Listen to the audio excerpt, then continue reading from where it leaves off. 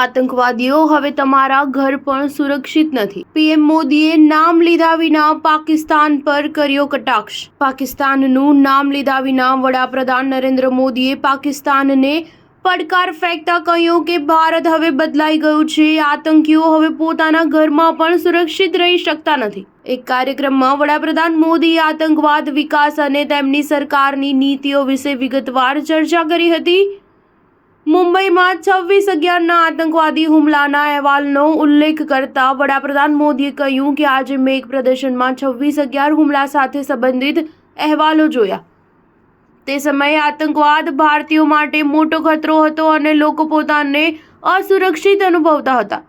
હવે પરિસ્થિતિ બદલાઈ ગઈ છે. આતંકીઓ પોતાના ઘરમાં પણ પોતાને સુરક્ષિત અનુભવતા નથી. સરકારની નીતિઓની સ્પષ્ટતા કરતા વડાપ્રધાને કહ્યું કે અમારી સરકારે હંમેશા વિકાસને પ્રાથમિકતા આપી છે અને મત બેંકની રાજનીતિથી દૂર રહ્યા છીએ.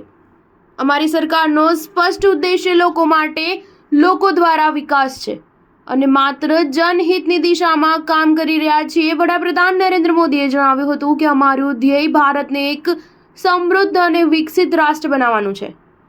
ભારતીયોએ અમને તેમનો વિશ્વાસ આપ્યો છે અને અમે તે વિશ્વાસને પૂરી ઈમાનદારી સાથે પૂર્ણ કરી રહ્યા છીએ. આ ઉપરાંત તેમણે સોશિયલ મીડિયા દ્વારા ફેલાવવામાં આવી રહેલી ખોટી માહિતી અને અફવાઓનો પણ ઉલ્લેખ કર્યો અને કહ્યું કે અમારી સરકાર મક્કમ અને અડગ છે. સ્ટાર ન્યૂઝ 7 હંમેશા સચ્ચાઈની સાથે.